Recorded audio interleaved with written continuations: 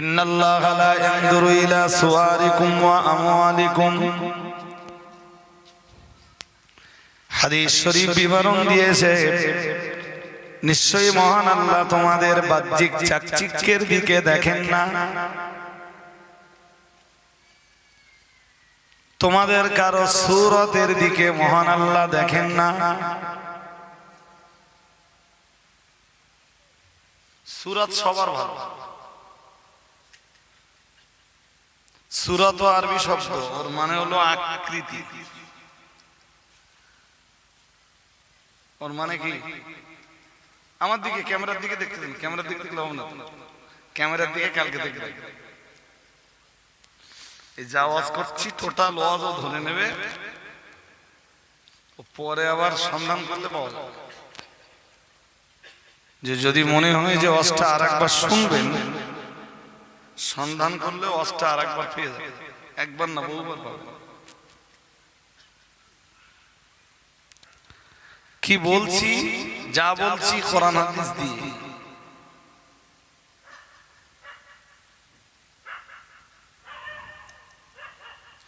এ ব্যাপারে কোরআন বলেছে। চলুন আমরা আর একটা তথ্য নেই।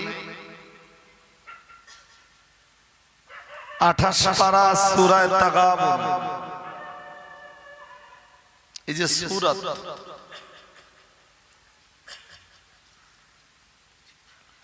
এই সূরাতের ব্যাপারেও কোরআন কথা বলেছে। কারোর সূরত, কারোর আকৃতি তার বাবা মা বানায়নি। আমার এই যা আছে সৃষ্টিকার, জোর করে বলতে হবে আল্লাহ। আপনার যেটুকু আল্লাহ দিয়েছেন সৃষ্টিকার, সুতরাং সৃষ্টিকে দেখে অবজ্ঞা করা, ওটাও আল্লাহ কোরআনে বলেছেন। 28 পারা 26 পারা সূরা হুজুরাতে। তো সূরা হুজুরাতের ওই কথাটা শুনবার আগে 28 পারা একটা সূরা আছে, দুরন্ত সূরা। সূরাটার নাম সূরাতুত তাগাবুন। নাম কি? সূরা তাগাবুনের ভিতরে আল্লাহ বলেন, খালাকাস সামাওয়াতি ওয়াল আরদা বিল হক ওয়া সাওয়ারাকুম ফা আহসানা সুওয়ারাকুম। খালাকাস সামাওয়াতি ওয়াল আরদা বিল হক। মহান আল্লাহ জানিয়েছেন তিনি যথার্থভাবেই আকাশ এবং জমিনকে বানিয়েছেন। আর একটু মন খুলে বলেন, যথার্থ রূপে নবমণ্ডল ভূমণ্ডলকে সৃষ্টি করেছেন। এরপরে মহান আল্লাহ বলেন, অসব্বরকুম, তিনি তোমাদের সূরত দান করেছেন। তাহলে এই সূরত কে দান করেছেন? আল্লাহ। শুধু সূরত দান করেছেন তাই না, মহান আল্লাহ আবার জানিয়েছেন, ফাআহসানা সুওয়ারাকুম। মহান আল্লাহ জানিয়েছেন তোমাদের এই সূরতটাকে তিনি সুন্দর করেই বানিয়েছেন। এই জন্য কার কেমন দেখতে ওইটা বড় ব্যাপার না, সবার সূরত সুন্দর। সূরত কথা বলে না, সূরত। এই আমরা মাঝে মাঝে কাউকে কাউকে দেখে ঈর্ষায় পড়ে যাই না, আর মনে মনে হয় যে আল্লাহ আমার তুমি এরকম সূরতটা দিলে না কেন? মাঝারাইটে খুঁজলে আপনি একই সূরতের দুজনকে পাবেন না। হ্যাঁ না বলেন, আছে কেন বলেন তো? কেন? এটা আল্লাহর কুদরতের এক বিরাট বড় নমুনা যে পৃথিবীতে তুমি একই ধরনের দুজন মানুষকে পাবে না। একই মায়ের পেট থেকে বার হওয়া 5টা 7টা বাচ্চার 5-7 রকমের আকৃতি। কে বানিয়েছেন বলুন তো? আরো আছে, সূরা আলে ইমরানের একদম প্রথম পৃষ্ঠায় আছে, দেখবেন। হুয়াল্লাযী ইউসাব্বিরুকুম ফিল আরহামি কাইফা ইয়াশা। মহান আল্লাহ জানিয়েছেন মায়ের পেটের ভিতরে তিনি যাকে ইচ্ছা তাকে তমন সূরাত দান করেছেন। এবারে এই 2 আয়াত শোনার পরে এবারে বলুন যে মায়ের পেটে সূরাত বাবা মায় দেয় না আল্লাহ দেয়? বাবা মায়ের হাত আছে? সাদা কালোয় বাবা মার হাত আছে? ক্ষমতা সব কার? কার? আল্লাহর। এই জন্যে কখনো আমরা কারো সূরাত নিয়ে কখনো কথা বলবো না, আর কাউকে কখনো ছোট করব না। এ ব্যাপারে কোরআন বলেছে 26 পারা সূরা হুজুরাত, ইয়া আইয়ুহাল্লাযীনা আমানু, হে পৃথিবীর ঈমানওয়ালা মানুষের দল, লা ইয়াসখার কওমুম মিন কওমিন আসা আইয়াকুনু খায়রাম মিনহুম। মহান আল্লাহ জানিয়েছেন ইয়া আইয়ুহাল্লাযীনা আমানু, হে পৃথিবীর ঈমানওয়ালা মানুষের দল, লা ইয়াসখার কওমুম মিন কওমিন আসা আইয়াকুনু খায়রাম মিনহুম। মহান আল্লাহ জানিয়েছেন তোমরা একজন অন্যজনকে অবজ্ঞা করো না, তুচ্ছ তাচ্ছিল্য করো না।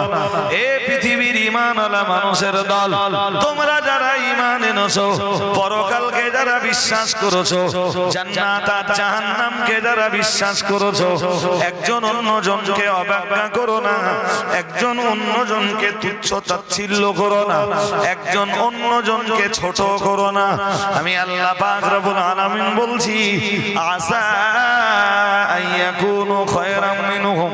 এটাও হতে পারে তুমি যাকে তুচ্ছ তাচ্ছিল্য করছো, তুমি যাকে অবজ্ঞা করছো, তুমি যার রূপ লাবণ্য নিয়ে অবজ্ঞা করছো, তুমি যার জীবনের ধন দৌলতার টাকা পয়সা নিয়ে অবজ্ঞা করছো, তুমি যার অর্থ সম্পদ না থাকার কারণে অবজ্ঞা করছো, হতে পারে সেই আল্লাহর বিচারে তোমার চাইতে ভালো।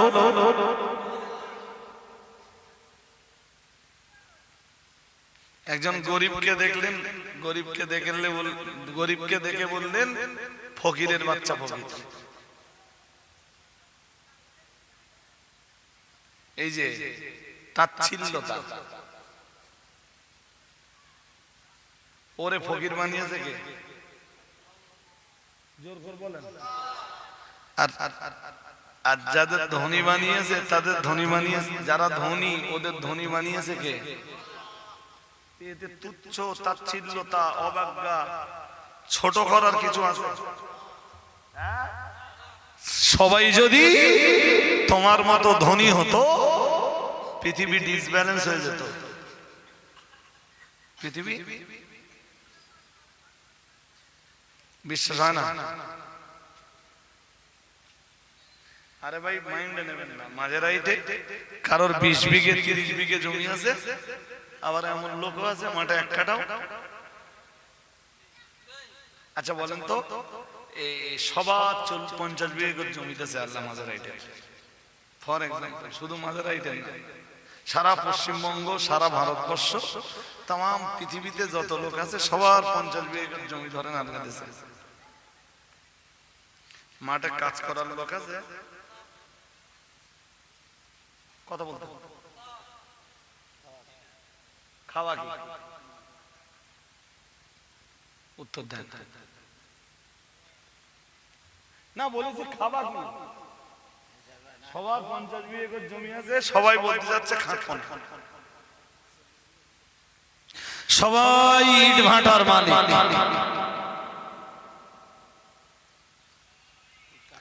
ইট কাটার লোককে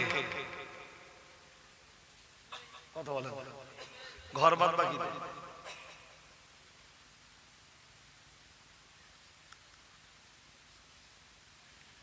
এই জন্য এইগুলো না আল্লাহ, এটা যদি আল্লাহ গ্রামের প্রধানের হাতে দিত, গ্রামের মেম্বার বা অঞ্চল প্রধানের হাতে দিত, অঞ্চল প্রধান যদি বলতো এ লোক বিমান চালাবে, আর আমার যদি বলতো তুই ভ্যান চালাবে, এমনি মারপিট পেতে যেত। বাইকের দিকে দেখলে হবে না, আমার কথা শুনতে হবে। এই জন্য আল্লাহ এটা কারোর হাতে না দিয়ে নিজের কুদরতি কবজায় রেখে দিয়েছেন। আর বলেছেন সূরা আলে ইমরান 26 নম্বর আয়াত, আল্লাহ বলেন কুলিল্লাহুম্মা মালিকাল মুলক তুতিল মুলকা মান তাশা ওয়া তানসিউল মুলকা মিম্মান তাশা ওয়া তুইসসু মান তাশা ওয়া তুযিল্লু মান তাশা বিয়াদিকাল খায়র ইন্নাকা আলা কুল্লি শাইইন কাদির।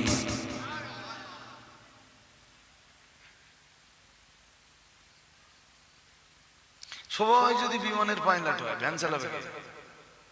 সমাজে তো ভ্যানওয়ালাও বেঁচে থাকার দরকার আছে। একটু পয়সা টয়সা হয়ে গেলি তারা আর ভ্যানওয়ালাদের মানুষ মনে করে না। বিরাট ভালো একটা জামা কাপড় পরে রয়েছে, মনে করেন বিরাট দামের পোশাক, 2000 টাকা মিটার, গরিব মানুষ ওর আশপাশে যেতে পারে না, ওর গায়ে হাত দিলে নাই জামা নোংরা হয়ে যাবে। জামা গরিবের প্রতি অবজ্ঞা, পয়সা না থাকবার কারণে অবজ্ঞা।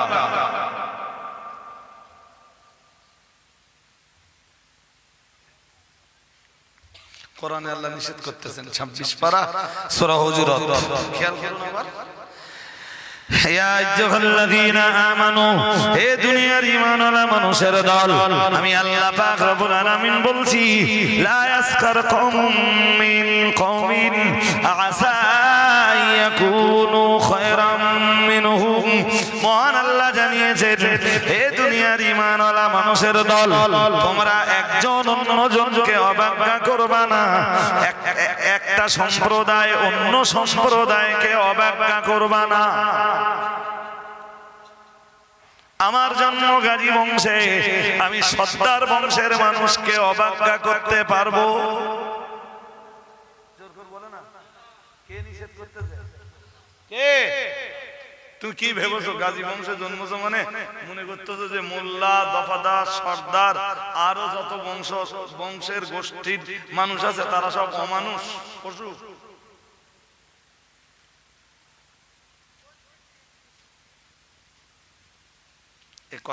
কথা শুনতে পাচ্ছেন? কোরআন পৃথিবীতে নাযিল হয়েছে মানুষের হারিয়ে যাওয়া মনুষ্যত্বকে ফিরিয়ে দিতে। সুবহানাল্লাহ। আরে বলুন, কিছু আছে দেখেছেন লেখাপড়া শেখার পরে পা মাটিতে পড়ে না, মনে হয় পা আকাশে শূন্যের উপরে পা পড়তেছে, পা শূন্য। বিরাট অশিক্ষিত মূর্খ লোকগুলোকে দেখে অবজ্ঞা করে। আল্লাহ বলতেছেন, তোমার শিক্ষার গরমে তুমি ওই অশিক্ষিত সম্প্রদায়কে অবজ্ঞা করো না। মহান আল্লাহ জানিয়েছেন, অর্থের কারণে, আর্থিক দুর্বলতার কারণে যারা গরিব, আমি আল্লাহ পাক রব্বুল আলামিন দুনিয়ায় যাদেরকে গরিব বানিয়েছি, আসলে কাউকে আমি গরিব বানিয়েছি, কাউকে আমি ফকির বানিয়েছি, কাউকে আমি আমির বানিয়েছি, কাউকে আমি ধনাঢ্য বানিয়েছি, কাউকে আমি আল্লাহ ধনশূন্য বানিয়েছি। এসব তো আমার কুদরতের খেলা। আমি আল্লাহ পাক রব্বুল আলামিন বলছি, দুনিয়ার ফকিরগুলোকে তুমি হয়তো অবজ্ঞা করতে পারো, কিন্তু তুমি বা তোমরা জেনে রাখো, এটাও তো হতে পারে দুনিয়ার ওই অবজ্ঞাকৃত ফকির মানুষগুলোই আল্লাহর বিচারে তোমার চাইতে ভালো।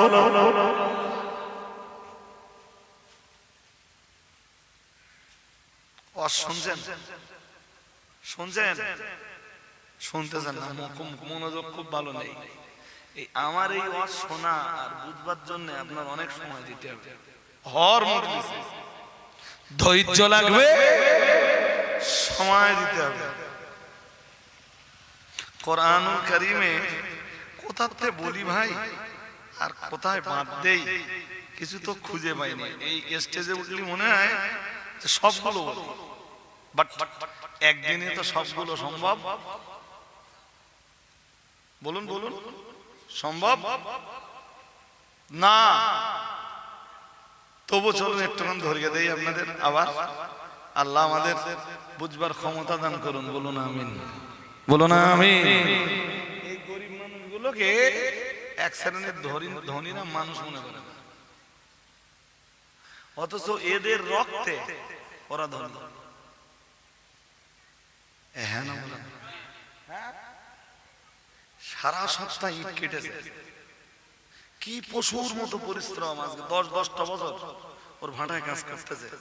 ওর মা অসুস্থ, সাহেবকে বলেছে স্যার আমার মায়ের ডাক্তার পরীক্ষা নিরীক্ষা ঠিক আছে, তেমনি খোরাকি হিসাবে তো আপনি প্রতি সপ্তাহে আমারে 1,500 টাকা দেন, এই সপ্তাহটায় আমি টোটালে 5,000 টাকা চাচ্ছি স্যার, যদি না দেন আমার মায়ের আমি ট্রিটমেন্ট করাতে পারবো না।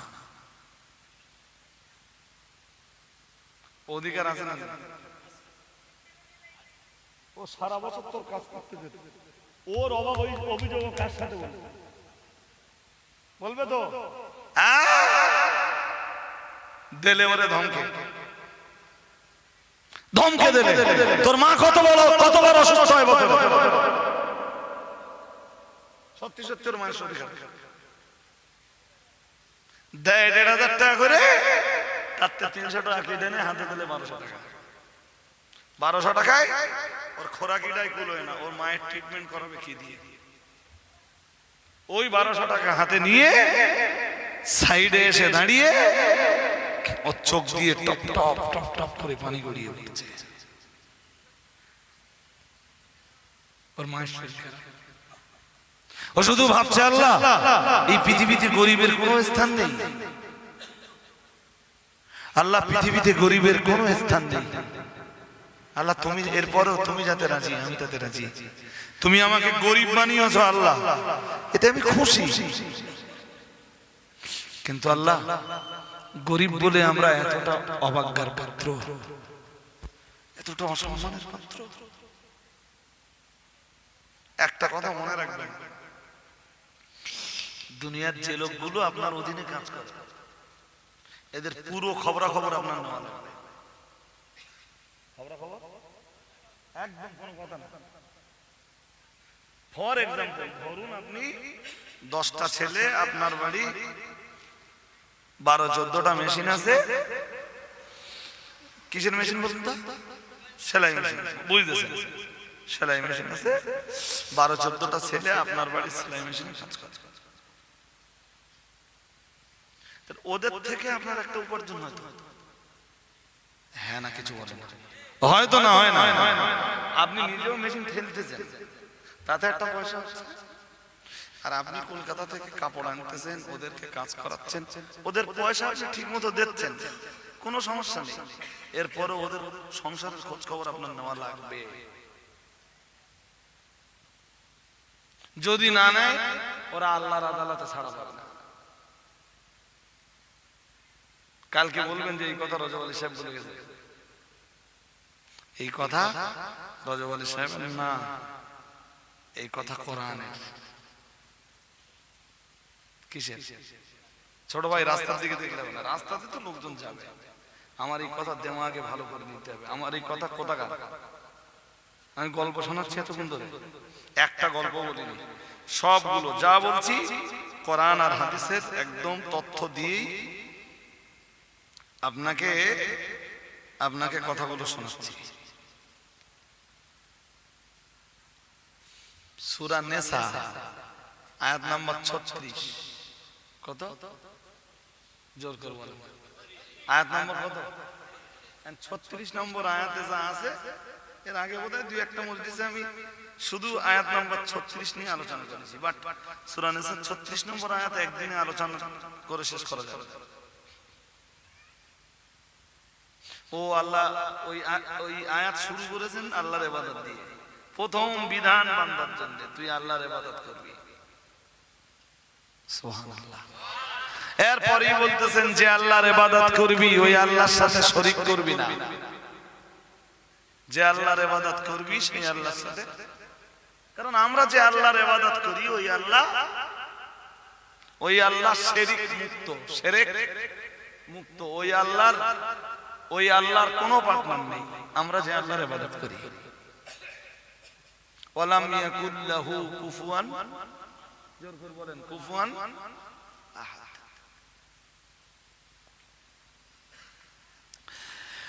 আল্লাহ পাক বললেন উবুদুল্লাহ ওয়া লা তুশরিকু বিহি শাইআ।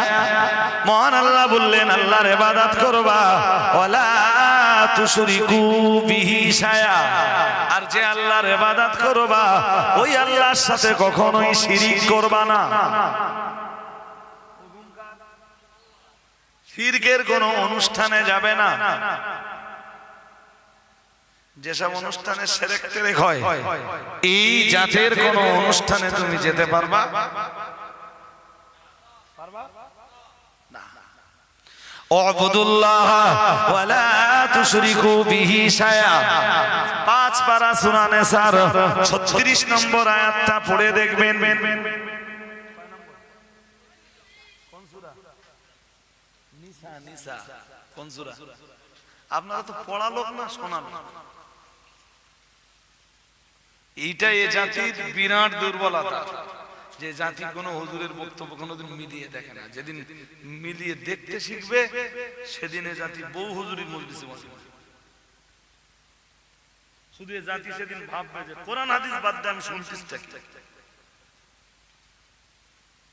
কোরআন হাদিসের বাইরে মানুষের হেদায়েত নেই তো। হেদায়েতের জন্য আল্লাহ যেটা নাযিল করেছেন তার নাম কোরআনুল কারীম। সুবহানাল্লাহ। কোরআন না শুনলে এই জাতি কোশ্চিন কালো হেদায়েত পাবে না। আমি সব বলছি না, খানিকটা বলছি আর কি, খানিকটা। সূরা নিসা 36 নম্বর আয়াত আজকে আমার আলোচ্য বিষয় না। এরপরেও বলছি আল্লাহ ইবাদতের কথা বললেন, এরপরে বললেন শিরক করবি না, এরপরে বললেন ওয়াবিল ওয়ালিদাইনি ইহসানা। বান্দা আমি তোরে সৃষ্টি করেছি আমি আল্লাহ, তুই তো আমার জমিনে বসবাস করিস, আমার জমিনে ঘর বাড়ি বানাস, তুই তো আমার জমিনে রুজি রুটির সন্ধান করিস, আমার আকাশের নিচে বসবাস করিস, আমার দান করা অক্সিজেন নিয়ে বেঁচে থাকিস। বান্দা তাই তুই আমার ইবাদত করবি। আমি তোকে সৃষ্টি করেছি, আমি আসমান জমিন সবকিছুর স্রষ্টা, তাই তুই আমার ইবাদত করবি। আর আমি আল্লাহ আমার সাথে কাউকে শরীক করবি না। আর আমার ইবাদতের পরে এই পৃথিবীতে তোর জন্য তোর প্রতি সবচাইতে বড় অবদান তোর মা আর তোর বাবার। এই জন্য আমার ইবাদতের পরে তুই তোর বাবার মায়ের সেবা করবি। আমি সৃষ্টি করেছি আর তোর লালন পালনের ব্যাপারে সবচাইতে বড় ভূমিকাটা পালন করেছেন তোর মা, এরপরে তোর বাবা।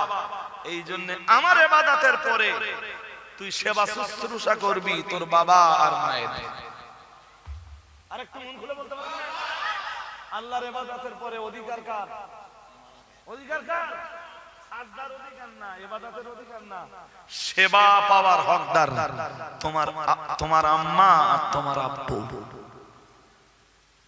ওয়াবিল ওয়ালিদাইনি ইহসানা। সুবহানাল্লাহ। আরেকটু মন খুলে।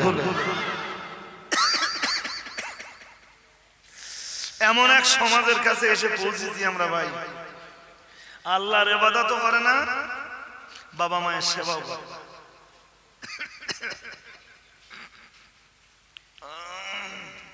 এ গজি অসম্মান না,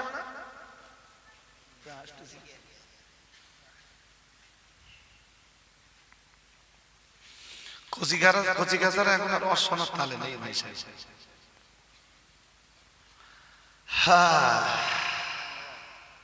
একে কার ইবাদত বলুন তো? একে কার ইবাদত? আল্লাহর ইবাদতের আগে কিচ্ছু নেই, কিচ্ছু। আর যেইটা ইবাদত না করতেছে ও হক নষ্ট করতেছে কার? কার? যে আল্লাহর হক নষ্ট করতেছে, আল্লাহ ওর হক কখনো বুঝে দিবেন না। আর যে আল্লাহর হক আদায় করতেছে, আল্লাহ তাআলা ওর জন্য জান্নাত নামের হকটা ওকে বুঝে দিবেন। এটা পরিষ্কার হাদিস শরীফে এসেছে। বান্দা তুই আমার, আল্লাহর রাসূল বলতেছেন, বান্দা হে উম্মতে মুহাম্মাদি, তুমি আল্লাহর অধিকার বুঝে দাও, আল্লাহ তোমার অধিকার বুঝে তোমাকে জান্নাত নসিব করে দিবেন। তুমি আল্লাহর অধিকার বুঝে দেবে না, আল্লাহ তোমাকে জান্নাত দিবেন। এখন যদি বিনা ইবাদতে কোন হুজুর আপনার জান্নাত দেয়, আপনি সেই হুজুরের কাছে যেতে পারেন, আমার কোনো অসুবিধা নেই। কিন্তু এটা অন্তত জানবেন যে সে হুজুর ঠিক বলেনি, সে হুজুর না, সে হুজুর কোরআন হাদিস পড়েনি। কোরআন হাদিস পড়লে কোন হুজুর বিনা ইবাদতে আপনাকে জান্নাত দিবে না। বলতেছে তা যেন খুব কষ্ট করে বলে, হুজুর আবার এই আল্লাহর ইবাদত বান্দেগি করতে হবে। হ্যাঁ করতে হবে, তো করতে হবে না। এই শীতকালে যত বেশি উযু করবেন, যত ঠান্ডা লাগবে, যত বেশি সালাত আদায় করবেন, আল্লাহ তো তত বেশি আপনার উপরে খুশি হবে।